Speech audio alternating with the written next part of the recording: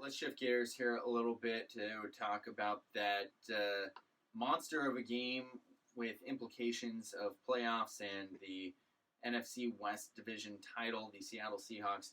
They lose to the San Francisco 49ers, so the Niners are the NFC West champions in that game, and also they get a first-round bye because they also clinched up the 1 seed. So while it didn't matter as much if the Seahawks won it, because they would have only been the 3 seed, it's still frustrating to suffer the 26-21 loss there because it's the Niners, and you don't want them to win almost more than looking down the road, because we have both talked about this. It might be better that we lost that game. Yeah. I went out on the limb on social media before the game and literally said I want the Seahawks to lose. Yeah. Both on Facebook and on Twitter, and I got some mixed commentary. Are you responsible? If I am, I'll take all the credit. You're welcome for the first-round matchup against Philadelphia. Andrew, the Seahawks' lack of being able to call a play. I don't think he's a good enough fan to be responsible. That's really good. That's actually the best point. That's a good point. So the big takeaways from this game, first of all, for me, is the rookies on offense really came up big. DK Metcalf and Travis Homer at points carried the Seahawks on offense besides Russell Wilson. They both had excellent games. I mean, Homer had 10 carries for 62 yards, 5 catches for 30 yards, and DK had 6 catches for 81 yards and a touchdown. 2 big performances from rookies there. And then also, what should have been the second biggest play in the game was made by John Ursua. Thank you for finally playing him! I would like to take this opportunity One to catch, point out 1 4th-down conversion when they absolutely needed it. But no, we'll just keep throwing the ball to Jerron Brown to start the game. That worked out real well. I'd like to point out that currently Russell Wilson has a 100% completion percentage on throws to Ursua, and he's averaging 11 yards per completion. Yeah. And That's a better first than down. Lockett. And Yeah. he gets a first down every time he catches the ball. Every single time. Yeah. Yeah. Seriously, though. I do like that he finally got in the game. I Yes. also loved that the announcers had no idea who he was when he caught it, because they were like, "Oh, because look at Lockett here after he makes the catch," and somebody's like, "That's Ursua. Let me find him on the roster here. Who the heck is 15?" I know I would have been really discouraged with this game had the second half been like the first half. Because the first half looked abysmal, like we're used to seeing. But in the last couple of games, we've seen that stick around in the second half. I was fine with them losing, knowing what that meant for the playoffs the next week. Like, it definitely, I didn't feel crushed by this game like I feel by Seahawks games sometimes in the past. But a lot of that was not only because a loss might give them a better road in the playoffs, but also there was a lot of good things that happened in that second half that made me feel like, okay, we're just going to be healthier, maybe besides Michael Kendricks. Moving on from here, we saw some good things progress in the second half. We saw that they can be effective on offense, and some young players do really well. Marshawn Lynch was fun to watch. That diving touchdown he had was awesome. And I think that now they have clear roles with that backfield too. So I found that there are enough positives in this loss, and the fact that you're right, a loss probably better. I feel pretty good about tonight's game. Yeah, I think I do too. And like I was in that mode where even though I had said beforehand I want them to lose, like when you watch the game, like you still want good things to happen. And in that moment at the end of the game, if they had scored a touchdown and won the division and beat the 49ers and made it so the 49ers didn't have a first round bye, I would have been really happy with that too. So it was kind of a win-win situation. I do think there were some things that were really encouraging. I thought Travis Homer looked good. I guess overall, it's just nice to see them come out in the second half. Like the first half, the offense looked pukey, horrible, awful. It was like watching a Mike Leach offense try to go up against the Washington Huskies. It was terrible. Terrible. They were stifled hard. So, like, we got to watch Metcalf make some plays. We got to watch Lockett make some plays. We got to watch Lockett flop on the ground and fake an injury to get a pass interference call. Like, we got to watch a lot.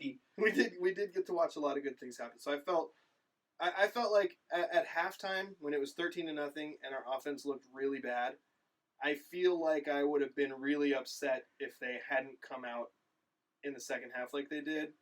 And I feel like it would almost be a best case scenario had they not botched it so badly at the end with more classic Pete Carroll stuff. Yeah, seriously. I mean, you look at the end of this game. So after John Ursua makes the biggest catch of the game, obviously by far, of course, the most important and best ever future catch. Hall of Famer. Yeah, just the beginning of his illustrious career.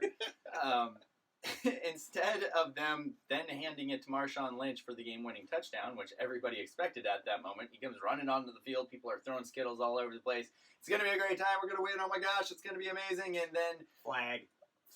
What's the flag for? Oh, we're still in the huddle, and it's a delay of game. Didn't even get to the line. Didn't even break the freaking huddle. How can you be that bad at time management? And it's not a one-time thing. And if it was a one-time thing, you'd be like, oh, well, that was really weird. Every freaking snap comes with Russell Wilson at the last second going, oh my gosh, give me the ball! Give me the ball now! Oh! We got it just before. It's mind-boggling. We blow timeouts almost every game because time's clicking out and we don't have the play in. Timeout, call timeout. We don't want to play a game. Yeah. And to add insult to injury, everyone knew that Beast Mode was going to get the ball. Everybody. Because they did a close-up of him running onto the field and then running back off the field. Yep. So everyone knew they brought Marshawn Lynch in for that play, yep. and then they sent him back out afterwards. Which is probably why Seahawks Twitter erupted into such massive craziness. Oh, Pete Carroll was trending on Twitter because people were so angry with him about the Marshawn Lynch thing. Because, of course... Pete Carroll doesn't know how to score from the 1 yard line with Marshawn Lynch in the backfield. That's what everybody's going to say. It's going to be the old joke. Bring it back up again. The funniest tweet that I saw was one that said, Pete Carroll trying to score from the 1 yard line, and it had a picture of Coach Klein from Waterboy reading Coaching Football for Dummies. I lost a little bit of time scrolling through Twitter. It was fun. So the other issue then after that, there's no defensive pass interference called on an obvious mugging of Jacob Hollister. Yep. That would have given it right back to Marshawn Lynch at the inch line because it would have been a first down from the goal line after that. That was bad. And then Hollister is held an inch short. And again, the whole thing... Maybe half an inch. Yeah, it was so close. And that's the whole thing again. We get back into replays, and do we want them to be in our games? And we're all like, yeah, that sounds like a good idea. Let's get it right. And it's either not used or not respected. And it's bizarre to me that this is still the thing. I don't know, Andrew. You watch more rugby than I do. But of the rugby that I've watched, it is the best use of Sky Judge / replay that I've ever seen. It is, hey, yep, they got an earpiece. It looked like a try. Was that a try? Yep, scored it. All right, let's move on. Or, hey, we're going to have to look at that really quick. Hold on for a second. Oh, okay, they said this happened. And it's done like that. It's well, not just that. You can hear it. It isn't, they said this happens. It's, I'm looking. Was that held up? That may have been held up. Can you look at that for me? Yes, it was held up. No try. All right, that's going to be a... And that's how quick it is. Yeah. You don't get any of this, oh, well, the officials don't want to overturn their fellow officials on the field and take away their power. They don't want to hurt their feelings. No, it's the officials on the field going, I didn't see that very well. Let me get help from an amazing camera with slow motion. And they're going to go, nope, that's it. And it's like that. Yeah. And American sports are terrible at how they do replay reviews. You don't need to have the same official that made the call on the field or a official on the field run over to a screen and go, I need to look at this. There's people... Nope. I still think it was what I saw. Yeah, exactly. It's bizarre. And anyway, I digress because, again, I'm rabbit trailing. The big injury... Let's talk about replay for a long time. Yeah, Let's always talk about why we hate refs. Seriously. The big thing that comes out of this game, injury-wise, Michael Kendrick's probably going to be done for a little while. Sprained knee. That is Coach P being very optimistic, probably saying that there's a torn ligament or something in there. So that could be a little frustrating. Cody Barton hasn't been great, but, I mean, he shows some promise. He's fast. I think that particular... I think he would be better in KJ Wright's spot than trying to do what Michael Kendricks has been able to do for this team. So we'll see how they play with that. Maybe they do go a little more 2 linebackers and a little less 3 linebackers. So I don't know. And I say that because KJ Wright's position usually is more in pass coverage, and Michael Kendricks is usually more set the edge and blitz. Yeah.